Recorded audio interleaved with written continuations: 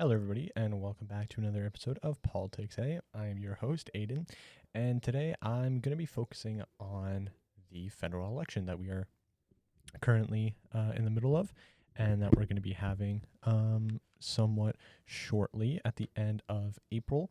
April 28th is Election Day. Make sure to go out and vote. Hopefully, we can have higher voter turnout than we did for the Ontario provincial election. But yeah, I want to talk about a few things. One is an abacus data polling that I want to talk about. And the other is the promises that the parties are making. And specifically so far, it's been on the economy and economics and specifically taxation. So first is this abacus data poll that says that liberals take the lead for the first time in years. And there's a bunch of polling in here that I think is pretty interesting. But it shows that committed vote intention, the liberals are now above the conservatives at 38%, with the conservatives dropping to 37%. And it shows committed vote intention by province/region. A bunch of very interesting things. It talks about the predicted 2025 election winner, Liberal Party at 40%, Conservative at 34%, NDP at 5%, and then unsure at 21%. Government approval ratings, impression of Mark Carney is pretty high, 41%, and then negative is positive, negative is 30%. Impression of Polyev has gone down. Negative is now above positive. Impression of Jagmeet Singh has his negative perception has continued to grow. And then obviously impression of Donald Trump, very, very low positive, very high negative impressions of Donald Trump for Canadians. Now, I want to talk about this, not because I'm going to 100% believe this. Polls are polls, and we won't actually know who wins the election until after April 28th. But I want to bring this up because if Pierre Poilievre and the Conservatives do not win this election, one, he immediately is going to be booted from the Conservative. He can no longer be the Conservative leader because clearly he is unable to beat the Liberals. Second, this is just a generational fumble. To lose the massive lead that they had over the Liberal Party is insane and ridiculous. It's like a generational fumble. I don't think it's going to be very one-sided. I honestly think the election is going to be pretty close. Again, polls are polls. You have to wait and see till people actually start to go out and vote to be able to see like who's actually going to win. But I do think that it is very interesting to see this happening, and it's like I don't know, I think it's just a generational fumble. Like I don't know what other way to put it other than he should not be losing this. He should single-handedly be winning this election, or not single-handedly, but he should be above and beyond winning this election. And the fact that we are even debating whether it'll be Carney or Polyev, the Liberals or the Conservatives, is ridiculous. Jagmeet Singh not winning or falling makes a lot of sense. I think that he has lost a lot of reputation with a lot of voters, specifically in the way he handled his agreement with the Liberals.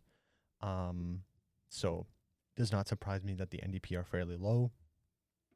Again, they're also like a third party, so people don't always think of them as like a contender. But yeah, I think I don't know, it's very interesting. I'm very excited for this election to see how it goes because I don't know, I think it's going to be pretty close. And again, I'm not celebrating that like, oh, the Liberals are going to win or anything like that. Obviously, they could still lose.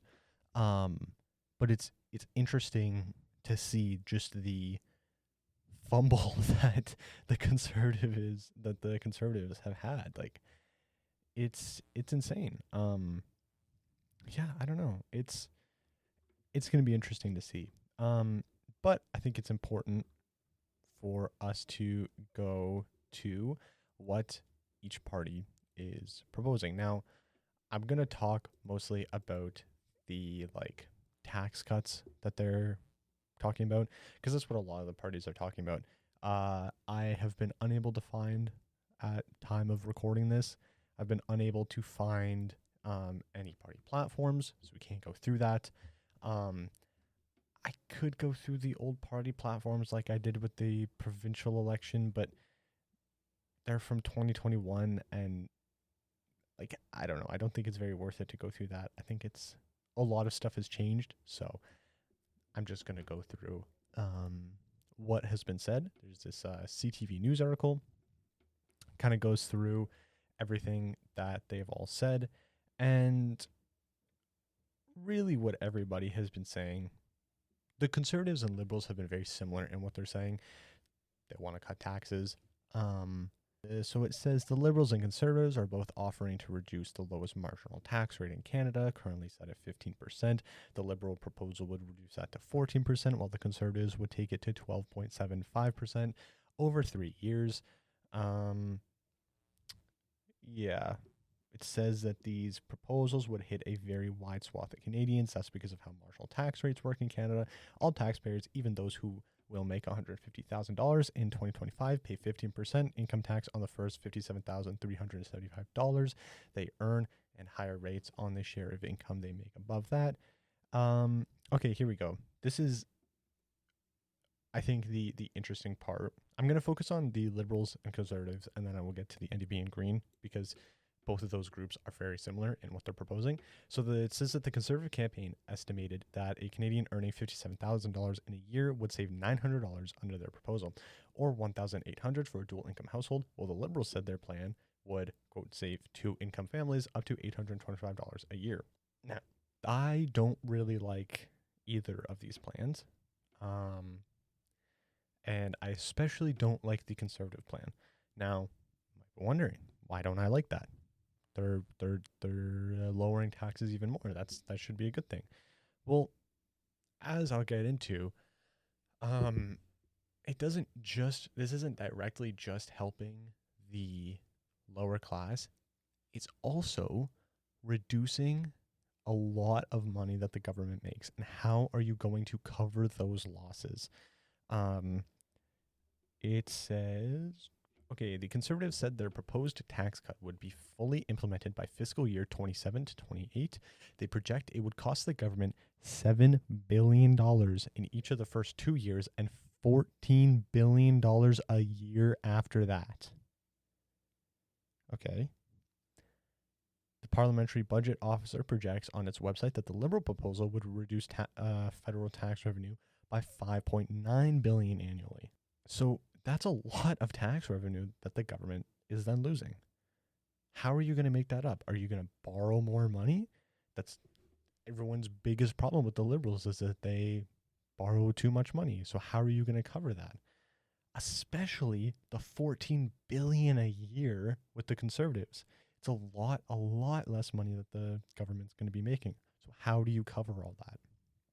Well, they're probably going to cut costs. PP has already said that he wants to cut bureaucracy, which I think is fine. I think that's across the board, everybody is fine with. I even agree with that. Now, the way he goes about it, I hope is so much better than in the US. Doge is a mess and has cost the US more money than it will ever save. But I hope they go about it a different way than that. But yeah, I do agree. We probably have way too many people hired. We probably have people who are not doing their job and are taking advantage of being a government employee. I completely agree with that. But the way they go about it, I am curious to see how that'll work. I'm unable to find what I wanted to look at. But my point is, or my point was that a lot of prime ministers will come into office promising smaller cabinets, because big cabinets, you have to have a lot more ministers and hire a lot more people, which takes up money. And a lot of people, or a lot of prime ministers, promise that they're going to lower cabinet size get into power, have a really small cabinet, and then realize that it's way too much work, and then up having a much larger cabinet than they thought, than they promised, or even probably more than they wanted. Um, so that's what I mean with this stuff, with especially Polyev. And conservatives in general. I'm very skeptical of they promise something. How are they actually going to do it? Because Polyev just talks in slogans. He doesn't actually talk about how he's actually going to enact it and how he's actually going to do it. It sounds really good, but when you think about it, oh wow, that's a lot of lost revenue for the government. How are you going to make that up? How is the government going to be able to sustain all the programs we have, all of that stuff? Um, all of these like really essential things, whether you think they're good or not. Some of them are extremely essential. How are you going to do that? He wants to increase our military, or like build up a better military. How are you going to do that when you're also cutting funding? You're then going to have to cut funding to a lot of other things to then pay for it, or you're going to take out a lot of debt. And people are freaking out about the amount of debt that Canada has and all this stuff. So I'm very skeptical of that. Similar thing with the Liberals. I don't think that cutting taxes is the best thing to do.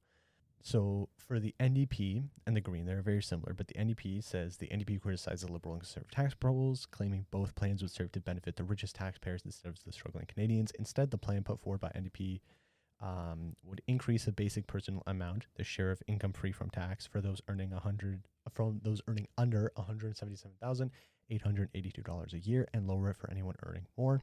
The NDP estimates a Canadian earning between $19,500 and $177,882 would save $505 a year under this plan. The Green Party pitched a similar proposal, a plan to increase the basic personal amount to $40,000. The party estimated this would save taxpayers earning less than $100,000 up to $3,675 annually. Yeah, and another problem with the Liberals and Conservatives, with the Liberals, Canadians living below the poverty line would only receive $11 and $25 from the Conservatives. Like, it's not actually that much money for the people who are really struggling. The NDP plan gives a bigger boost to income to low-income people that reduces benefits for higher earners. The NDP plan runs into the same problem as the Conservatives and Liberals plans. Low-income earners already have access to a series of credits that sustainably reduce their taxable income, which would diminish the effects of the tax breaks at the bottom end of the bracket. This guy says you can give them more credits or you can change the tax rate, but it doesn't matter because they have enough credits, so they don't pay personal income taxes. This is very difficult. It's very difficult to figure out what actually to do properly. Yeah, Phillips said that if the Liberals and Conservatives wanted to offer more targeted and less costly relief for Canadians, they could have pitched income-tested credits aimed at lower earners, but those proposals likely would be complicated and trickier to explain during an election campaign, she said. I'm sure that all these design options were considered, she said, and that they've gone with a really straightforward, reduce the tax rate. I don't know. It is frustrating that we as a society are so stupid that we cannot get the best tax plan because it is too complicated to explain during a campaign cycle what that would mean. And so instead we have to go with the easier thing of, well, we're just going to cut taxes. I don't know. I think it's going to be very, very interesting. Very difficult to say what will happen for them. I don't know. I'm very interested in this. I'm very excited, and I'm looking forward to see what's going to happen. Part of me wants Poilievre to win a minority government, but still win just so that he actually has to do something. But at the same time, if he doesn't win, then, he's not going to be in power for much longer. But yeah, I don't really have much more to go off of. There isn't a lot that's come out. None of the parties have released their plan that I could find, at least. I haven't seen anything. And it's mostly just been this. Poilievre also mentioned something about more boots, not suits. Yet again, another slogan. And it was about, like, trades. And, like, while I do agree that we need, like, trades jobs, I'm just slightly worried about how much we're pumping in, because it's eventually going to be a bubble and it'll eventually pop, and there will be too many people that have invested time into learning these trades. I'm interested to see how much he's going to continue to pump that. Yeah, Paulie, he can't really campaign on a lot of stuff anymore because Carney has gotten rid of the carbon tax, so we can't call him carbon tax Carney anymore. I think he's done the no tax on homes under $1 million. I think Carney's done that as well.